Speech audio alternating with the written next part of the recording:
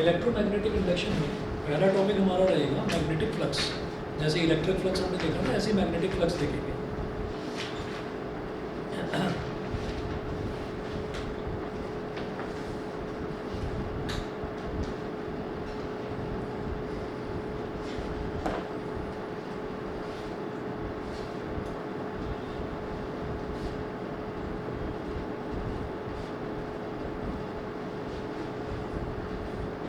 पहला टॉपिक है magnetic flux.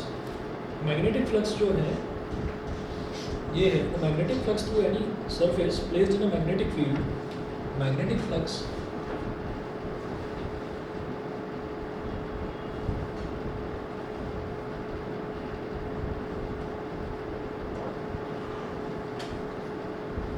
Through any surface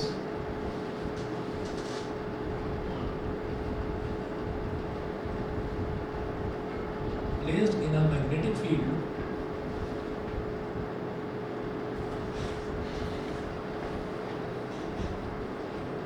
in a magnetic field is the total number of magnetic line of force is the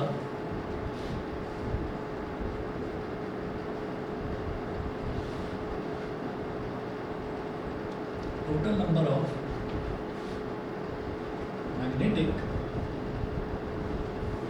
lines of force is the total number of magnetic lines of force crossing this surface normally. Crossing this surface normally.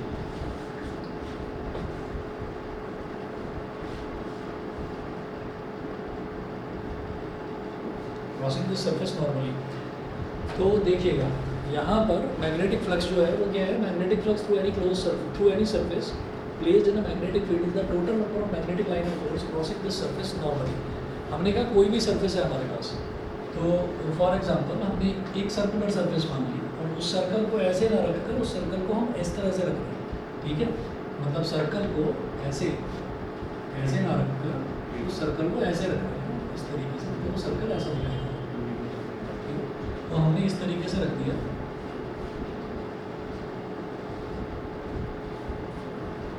अब ये जो surface है, इस surface में से magnetic line of force गुजर रही है। तो मैंने कहा कैसे गुजरनी है, ऐसे है, ऐसे निकली बात।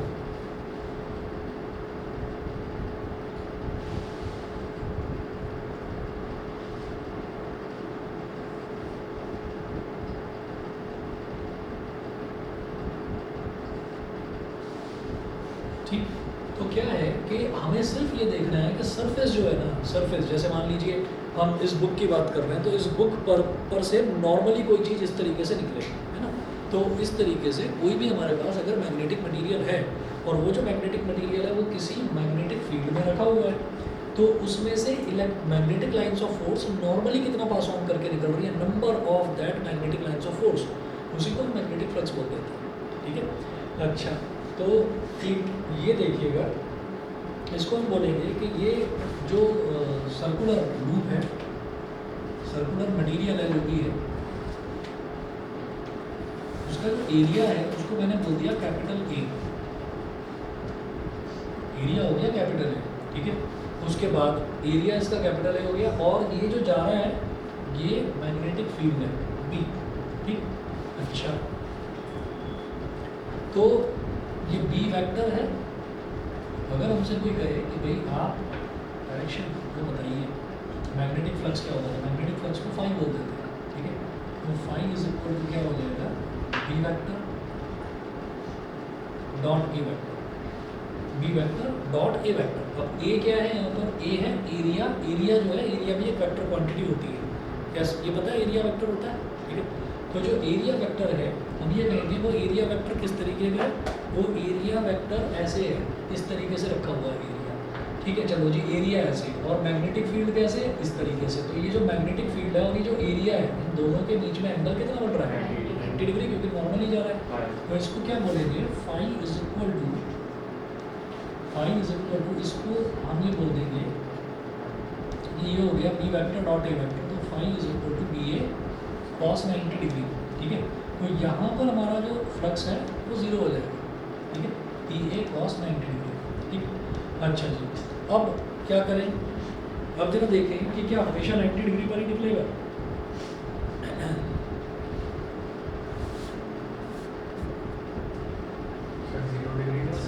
मैं गलत बोल रहा हूँ।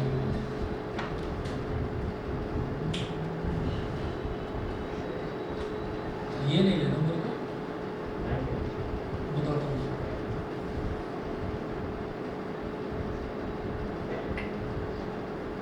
सर एरिया वेक्टर और फ्लक्स तो एक ही डायरेक्शन है ना, तो एंगल तो 0 डिग्री पर है। वही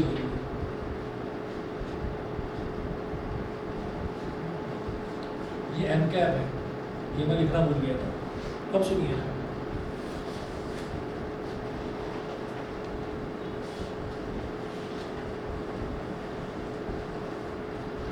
यहाँ पर हमें ये देखना है magnetic flux through any surface placed in a magnetic field is the total number of magnetic line of force crossing this surface normally, crossing this surface normally. तो आप ये देखिएगा कि जब हम ये देख रहे हैं कि इसमें से नॉर्मली परपेंडिकुलरली कितनी लाइंस निकल रही हैं, तो जब परपेंडिकुलरली लाइंस निकलेगी तब मेरे को क्या लेना है, तब मेरे को सीधा सीधा यही बोलना है कि phi is equal to B A, क्योंकि मुझे दिखाई दे रहा है कि यहाँ पर बी वेक्टर में और एन कैप में, इन दोनों में जो एंगल है, इन दोनों में जो एंगल है वो कितना है, इन दोनों के बीच में ज़ीरो है। अब सवाल ये उठता है कि हम बी ए क्यों बोल रहे हैं फिर इसको। देखो हम बोलेंगे तो इसको वही जैसे हमने पहले लिखा था, B vector dot A vector. होता क्या है कि जो हमसे गलती हुई है वो क्या है, देखिए ये जो एरिया है ना, ये जो एरिया है, इस एरिया वेक्टर की डायरेक्शन ये होती है। कैसे, वो देखिए, तो हम ये कहते हैं कि जैसे मान लीजिए ये एरिया है, इस तरीके से ये एरिया है, तो मैंने बोल दिया कि ये वाला जो डायरेक्शन है, ये डायरेक्शन हमारा एक्स एक्सिस हो गया, और ये वाला जो डायरेक्शन है ये हमारे पास वाई एक्सिस हो गया, ठीक है। तो अब इसका जो मूवमेंट है वो किस डायरेक्शन में हो सकता है, क्योंकि हम मानते हैं कि यूनिवर्सली 3 ही डायरेक्शन होती है, एक्स वाई और जेड। तो हम ये कहेंगे इसका जो मूवमेंट है, इसका मूवमेंट परपेंडिकुलर डायरेक्शन में ऐसे होगा, एम कैप, है ना, और वो कौन सी होगी, प्रोबेबली जेड एक्सिस ही होगी। तो इसलिए अगर ये एरिया इस तरीके से रखा होगा तो एरिया वेक्टर का डायरेक्शन ये है, यानी कि ये जो एम कैप है ये एरिया वेक्टर का डायरेक्शन है, ठीक है। और एरिया वेक्टर और बी वेक्टर ये दोनों एक ही डायरेक्शन में जा रहे हैं। जब ये दोनों एक ही डायरेक्शन में, तो दोनों के बीच में एंगल 0 डिग्री, ठीक है। तो ये होगा हमारे पास phi is equal to B A cos 0 degree. तो इस तरह से फाई की वैल्यू जो है वो बी ए आ जाएगी, समझ गए, क्लियर है ना। एरिया वेक्टर की जो डायरेक्शन है वो क्या होती है, जहाँ पर एरिया है एरिया के परपेंडिकुलर होती है, तो एरिया वेक्टर की ये डायरेक्शन है, और मैग्नेटिक फील्ड की भी ये डायरेक्शन है। तो बी वेक्टर और एन कैप दोनों के बीच में एंगल कितना, 0 डिग्री। तो इस वजह से phi is equal to B आ गया। अब दूसरा केस देखेंगे, तो ज़रूरी थोड़ी है कि हर बार आपका जो मैग्नेटिक लाइन ऑफ फोर्स है वो जो भी आपने मैग्नेटिक मटेरियल रखा है वो उससे परपेंडिकुलर ही निकले हर बार, ज़रूरी थोड़ी है। हम ये कहते हैं कि हाँ ज़रूरी नहीं है। फिर क्या करेंगे,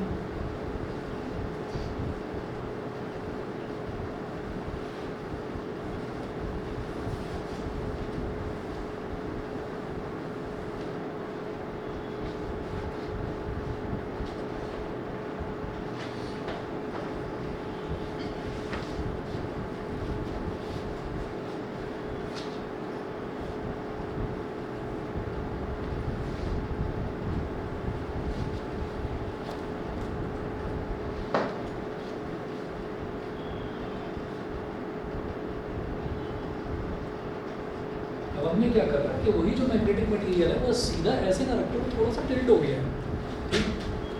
अच्छा, ये तो टिल्ट हो गया, लेकिन मैग्नेटिक लाइन ऑफ फोर्स है वो सीधी जा रही है। ये कैसे जा रही है, वो ऐसे है कि हमने कोई हॉर्स शू टाइप मैग्नेट है, मान लीजिए कि उसका नॉर्थ पोल इधर फिक्स कर रखा है और साउथ पोल इधर फिक्स कर रखा है, तो वो तो नॉर्थ से साउथ ही जाएगी, सीधी सीधी लाइन में जाएगी। हमने कहा ऐसे गई, ऐसे निकली, ऐसे गई,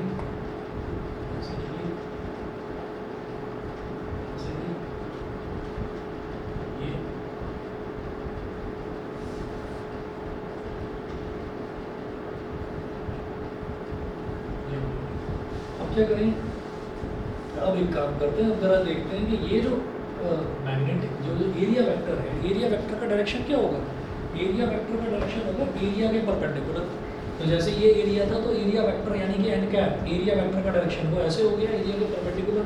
तो भाई अब एरिया ऐसे है तो परपेंडिकुलर ऊपर की तरफ जाएगा तो हमारा एन कैप ऐसे हो गया, एन कैप इस तरह से हो गया। और ये जो है ये है हमारा बी वेक्टर मैग्नेटिक फील्ड। तो एन कैप और मैग्नेटिक फील्ड इन दोनों के बीच में अंदर कितना मिल रहा है थीटा, ठीक है। और ये जो बीच का पूरा एरिया है area is capital A, this area is capital A. तो जो मैग्नेटिक फ्लक्स है, अच्छा किसी किसी बुक में मैग्नेटिक फ्लक्स ना ऐसे भी लिखा रहता है फाई और सबस्क्रिप्ट में है ऐसे भी लिख रहते हैं, क्योंकि हम इलेक्ट्रिक फ्लक्स के लिए भी फाई यूज़ करते हैं, ठीक है। तो इस वजह से तो इस केस में फाई क्या होगा, वही B vector dot A vector, phi is equal to B A cos theta, ठीक है। थीटा आपको पता नहीं है कितना है, बी ए cos थीटा, बस इतना। मैग्नेटिक फ्लक्स के बाद में आप यहीं पर ये नोट करेंगे कि ऐसा unit of magnetic flux is weber, ऐसा यूनिट ऑफ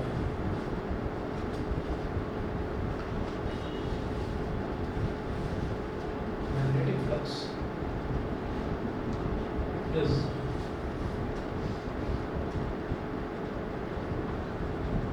Weber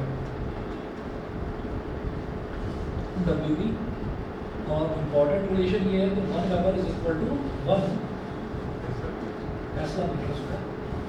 इसमें कोई नई बात है भी नहीं भाई, क्या है बी इंटू ए, बी क्या है मैग्नेटिक फील्ड, उसकी यूनिट टेस्ला, ए क्या है एरिया, इसकी ऐसा यूनिट मीटर स्क्वायर, तो 1 weber is equal to 1 tesla metre square.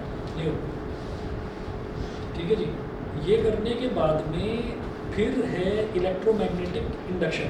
Heading डालिए, तो मैग्नेटिक फ्लक्स था, इसकी मुझे ज़रूरत पड़ेगी। अब पहला जो टॉपिक है, 5 या 6 टॉपिक लिखे हैं इसमें छोटे छोटे हैं। तो पहला है electromagnetic induction. Electromagnetic induction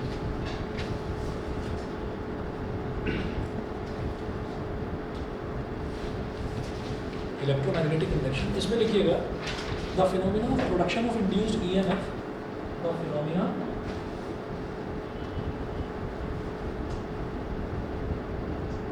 of production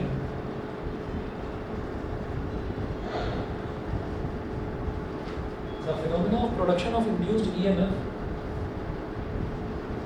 and hence induced current and hence induced current due to a change of magnetic flux made with a closed circuit, due to a change of magnetic flux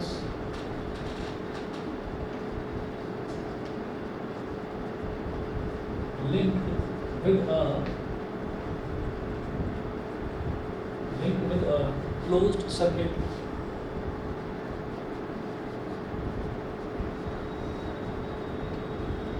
linked with a closed circuit is called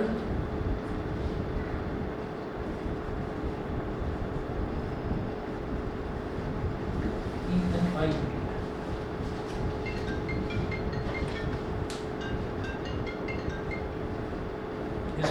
electromagnetic induction EMF। तो देखिएगा क्या होता है ना, phenomena of production of induced EMF। Induced EMF यानी कि किसी भी चीज़ के अंदर एक EMF जानते हैं ना, बैटरी के अंदर जो एक तरह से यूनिट तो इसकी वोल्टेज वाली ही होती है ना, तो जो उसके अंदर की जो वोल्टेज होती है, जो अंदर का जो पोटेंशियल होता है उसको मैं EMF बोल देता हूँ। तो हमने क्या करा था, phenomena of production of induced EMF and hence induced current. तो किसी चीज़ के अंदर अगर एक वोल्टेज भी प्रोड्यूस हो जाए, ठीक है, और अगर एक करंट भी प्रोड्यूस हो जाए, किसकी वजह से, due to a change of magnetic flux, magnetic flux की हेल्प से अगर किसी के अंदर करंट प्रोड्यूस हो जाता है तो उसको इलेक्ट्रोमैग्नेटिक इंडक्शन बोलते हैं। और ये कॉन्सेप्ट जनरेटर में यूज़ करा जाता है। जनरेटर में अगर आपने वो लोकल वाला जनरेटर देखा हो जो चलता रहता है, वो बड़ा सा जो होता है उसका वो लोहे का गोल सा वो होता है, वो गोल गोल घूमता रहता है उसमें। तो एक्चुअली क्या होता है कि वो जो बड़ा सा डायनमो होता है ना गोल सा, वो मैग्नेट का होता है, ठीक है, और वो गोल गोल घूमता है। तो मैग्नेट को घुमाने से अगर करंट प्रोड्यूस हो रहा है तो उसी प्रोसीजर को इलेक्ट्रोमैग्नेटिक इंडक्शन बोलते हैं। अब जो मेन टॉपिक्स हैं यहाँ पर वो जो हमको करने हैं, एक तो फैराडेज लॉ है, 2 फैराडेज लॉ है, एक है आपका लेंज लॉ, उसके अलावा यहाँ पर आएगा सेल्फ इंडक्शन और म्यूचुअल इंडक्शन। छोटे छोटे 1-2 एप्लीकेशन हैं उसके, वो करते हैं, ठीक है ना। अगली क्लास में करवाता हूँ, आज इतना करना चाहिए, ठीक है। और अगेन मैं मैसेज आपको कर दूँगा, मैं ना अब एक्स्ट्रा क्लासेस शुरुआत कर रहा हूँ दोबारा से एक्स्ट्रा क्लासेस देने की, तो मैं आपको मैसेज कर दूँगा। मैसेज का टाइम जो है वो देख लेना, 6:30 और 7 बजे के बीच में ही मैसेज कर दूँगा, एक्स्ट्रा क्लास होगी या नहीं, ठीक है। चलिए जी, फिर आज इतना ही करते हैं।